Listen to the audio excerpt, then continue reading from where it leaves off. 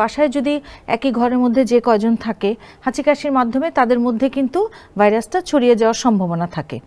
এজন্য কিন্তু দেখা যায় যে অনেকেই এসে বলে যে বাসার একজনের জ্বর হয়েছিল, পরপর দেখা যাচ্ছে সবারই জ্বর হয়েছে।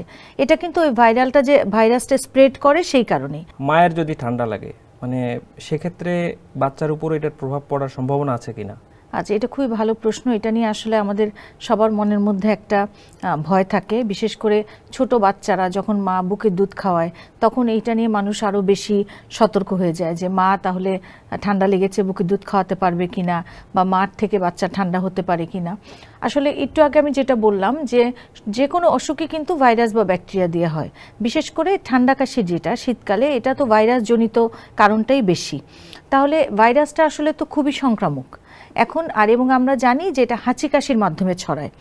তাহলে আমরা যখন দেখা যাচ্ছে যে বাসায় যদি একই ঘরের মধ্যে যে কয়জন থাকে হাঁচি কাশির মাধ্যমে তাদের মধ্যে কিন্তু ভাইরাসটা ছড়িয়ে যাওয়ার সম্ভাবনা থাকে। এজন্য কিন্তু দেখা যায় যে অনেকেই এসে বলে যে বাসার একজনের জ্বর হয়েছিল, পরপর দেখা যাচ্ছে সবারই জ্বর হয়েছে। এটা কিন্তু ওই ভাইরাসটা স্প্রেড করে সেই কারণেই। আর বাচ্চার ক্ষেত্রে যেটা মার আর বাচ্চার যে সম্পর্কটা, মা তো আসলে বাচ্চার সবসময় খুব কাছে থাকে, এবং যারা ব্রেস্ট ফিডিং করায় দেখা যায় বা খুব কাছে থেকে ব্রেস্ট ফিডিং করাচ্ছে, এবং মার যদি ওই ঠান্ডা কাশিটা মানে থাকে তখন যে ভাইরাসজনিত যে কোনো সমস্যা থাকে সেটা তাহলে বাচ্চার মধ্যে তখন ট্রান্সমিট হতে পারে। আর বাচ্চার যেহেতু ছোট বাচ্চা, বিশেষ করে যারা বুকের দুধ খায় মানে 2 বছরের নিচে, তাদের তো রোগ প্রতিরোধ ক্ষমতাও কম থাকে।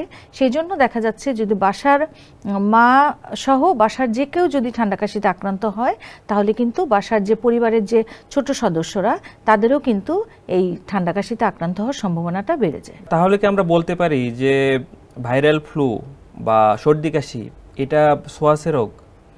এটা ছোঁয়াচে রোগ ঠিক না, এটা হচ্ছে হাঁচি কাশির মাধ্যমে ছড়ায়। আমরা জানি যে এটা হাঁচি কাশির মাধ্যমে ছড়ায়। এটা ঠিক ছোঁয়াচে আমরা বলি যেগুলো আসলে হচ্ছে একদম মানে কাছাকাছি থাকলে যেগুলো হয়। এটা যেহেতু হাঁচি কাশির মাধ্যমে ছড়ায় এটাকেও ছোঁয়াচে বলা যায়।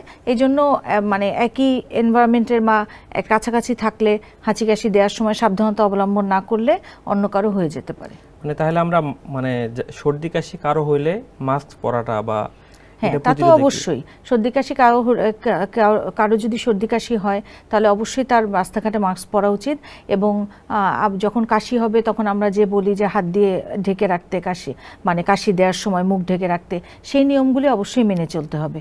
এবং আমরা কিন্তু এটাও বলে থাকি যে পরিবারের যদি ছোট কোনো সদস্য থাকে তাহলে কিন্তু যে অসুস্থ ব্যক্তিটা, যার ঠান্ডা কাশি আছে, জ্বর আছে, তাকে বাচ্চার কাছ থেকে কিছুটা দূরত্ব মেনটেন করতে।